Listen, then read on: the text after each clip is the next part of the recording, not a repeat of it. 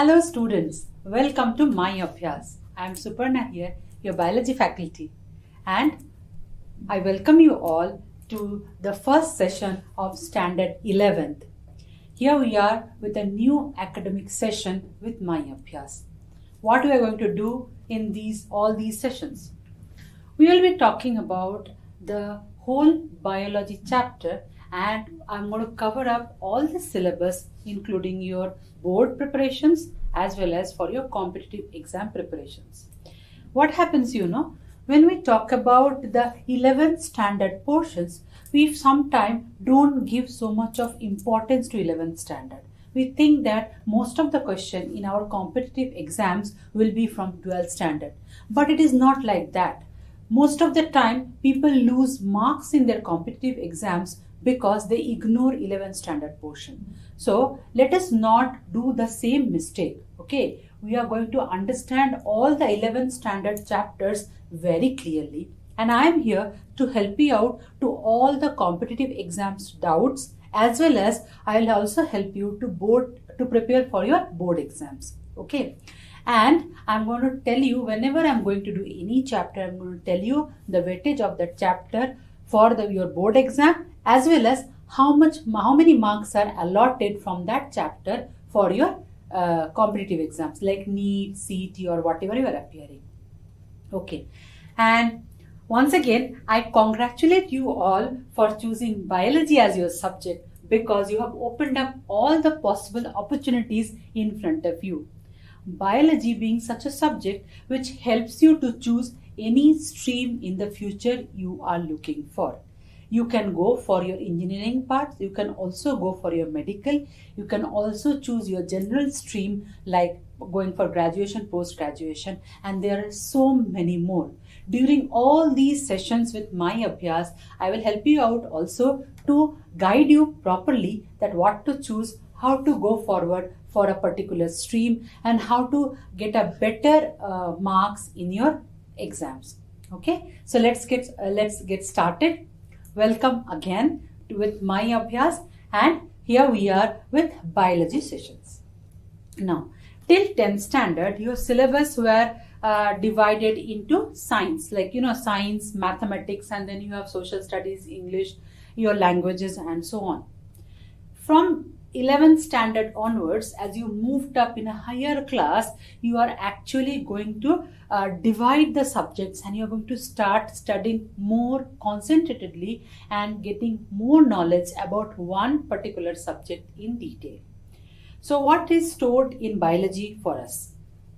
In biology, in the first year, we are going to talk about all the basic systems which is there in a living organism. We'll start our units with diversity in the living world. Your whole syllabus is divided into 10 units. How many units? 10 units. In the first year, we are going to cover up 1, 2, 3, 4 and 5 units. And in the second year, we'll start with, that is in 12th standard, we're going to start with 6 to remaining 10 units. Okay. So what we are going to do now? We are going to start with unit 1, that is diversity in the living world. And that unit is comprised of 4 chapters. Let us see. Here I have brought in front of you that class 11th weightage of the unit and the chapter. I hope this is visible to you all. Okay, now as you can see, unit 1, though I have not written the name, that unit 1 is diversity in the living world. Okay, so if you want, I will write it down for you. Otherwise, you have the textbook which you can check it out. So what is unit 1? Unit 1 is diversity in the living world. Diversity in the living world. Okay, now unit 1 is comprised of, or it is having 4 units over here. As you can see here, unit 1 is having 4 chapters. The first chapter is the living world. Second chapter is biological classification. third chapter is plant kingdom, and the fourth chapter is animal kingdom. Okay, I'm not going to tell about all other units right now at this moment. Why? Because that will confuse you a lot. Like, okay ma'am, what are you talking about? Today is the first class and you are talking about all the 22 chapters which is there for your first year. No, I'm not going to scare you. It is very easy, and I'm going to talk about only one chapter at a time. Every chapter introduction, I'll be showing you this slide so that you can at least understand that what is the weightage of the marks for that particular chapter. Okay. So today what we're going to start with? We're going to start with the first chapter, that is the living world. How many marks are allotted for this? For this chapter, for your board exam, you are going to get around 3 marks question from this chapter. How many marks? 3 mark question. What about your competitive exams? In your competitive exam, you may get 1 question or you may get 2 questions from this chapter. Either you will get 1 question or maximum 2 questions from this chapter. And each question in NEET carries 4 marks each. So you can say you may get approximately 8 marks question from this chapter. You may get 8 mark question from the first chapter, that is the living world. Okay. And don't ignore any marks. Okay. I'll clear you one very simple thing over here, that what we think that, okay, it is only for 4 marks, it is only for 1 mark, it is only for 2 marks. But these only 1, 2, 4, 3, the small marks makes a big difference when we talk about our percentage, when we talk about our ranking, isn't it? So let us not leave any marks. We'll try to grasp all the marks, whatever is possible, and we are going to rock in the exam. So are you all ready? So let's start with the first chapter, that is the living world. Okay, now, so this is the first chapter, that is the living world. This chapter, you would have studied about this chapter a little bit before in your 9th and 10th standards. It is basically talking about how diverse is our world is and what are the characteristics of a living things. You may say that, ma'am, we know already about all these things. But still, you have to revise all the concepts and you have to study according to your syllabus pattern. See, when we grow old, I mean when we grow up, when our classes increases, like what knowledge we had in first standard to second and third and fourth, what happens? Our knowledge capacity, that the things should increase, right? Similarly, when you are in 10th, the way you have learned the concepts, and now when you are in 11th, the concepts what you're going to learn should be a little different. And here we are going to also use the scientific terms and terminologies. Okay, so I'll explain each and every point to you. I'll make it very clear so that you don't have any doubt. Let us get started with the first concept, that is introduction, that is the living world. Okay, what we are talking about? We are talking about biology. What is biology? Biology is made up of 2 words, that is bio meaning life, and logos means to study, or logy means to study. Okay, so biology is a subject which talks about a studying of life. It is to study or to have a knowledge, to study about life. Okay, now this to study about life will be combining of all the knowledge of the living things. It will include microorganisms, algae, funguses, protozoas. It will also include all the plants and all the animal kingdom in this small name called as biology. Okay, biology is a very interesting subject as it is a study of life. I love biology. Okay, I love to read more and more about biology, whatever it may be and whenever it is.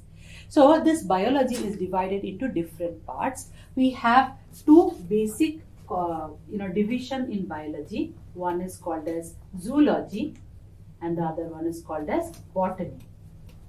Okay, now Previously, your syllabus was divided only about zoology concept and only about botany concepts.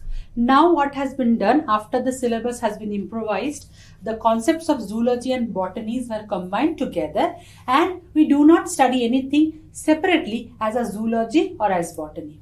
I hope you know what is zoology and botany. Zoology is study of animals and botany is study of plants in general. Okay. So these two branches, broad branches, are studying about animals and botany is studying about plants.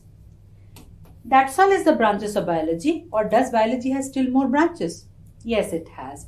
Biology can also be studied under microbiology, that is the study of microorganisms.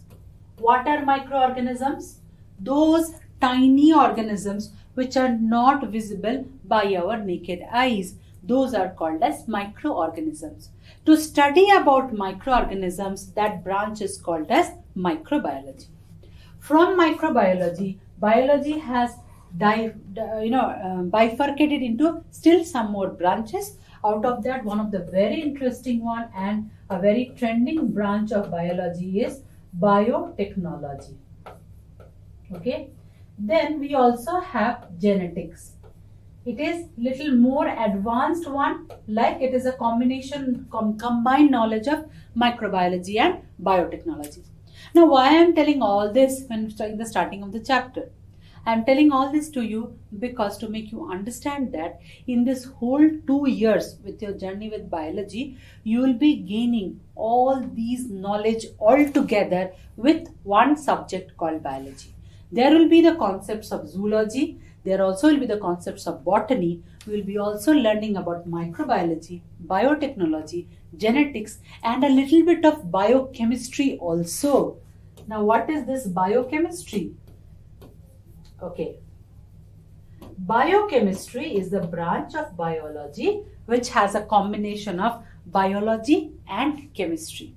You may say that, ma'am, why now chemistry is coming with biology?